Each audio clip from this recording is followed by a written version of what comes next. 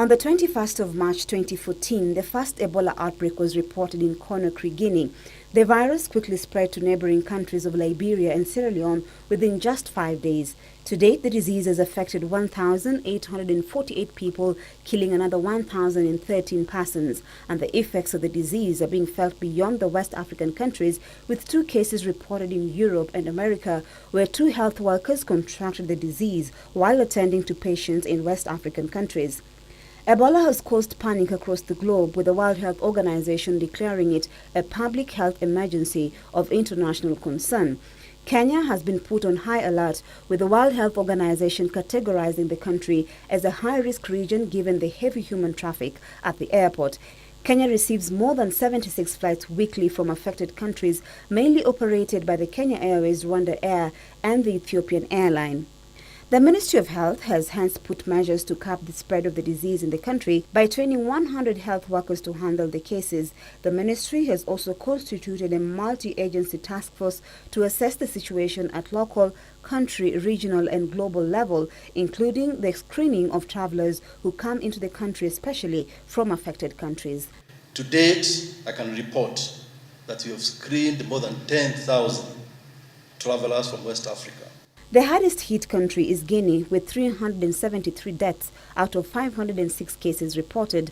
Liberia has reported 323 deaths out of 599 cases reported, while Sierra Leone has recorded 730 cases, out of which 315 people have died. Nigeria has reported 13 cases, out of which 2 have also died. Ebola is mainly an animal disease that is transmitted from animals to humans. It's only because of close contact with the animals that then you can get infected, either through contact, as when you're eating the animal, or skinning the animal, or as you handle the animal.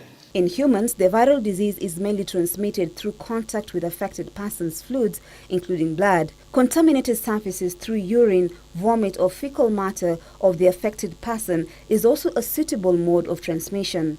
Transmission can also occur sexually through persons who recover from the disease. There is also evidence that men who have recovered from Ebola can still transmit the virus through their semen up to 7 weeks after recovering. Ebola has no cure, with 90% of those infected succumbing to it.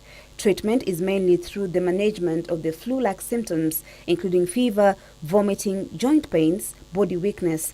End-stage Ebola symptoms also include internal and external bleeding as a result of collapse of body organs. But of course, we have had this an experimental drug that have been used in 2 patients in US, but it's not yet approved for use. So far, the standard is that we do not have treatment for Ebola, neither do we have a vaccine.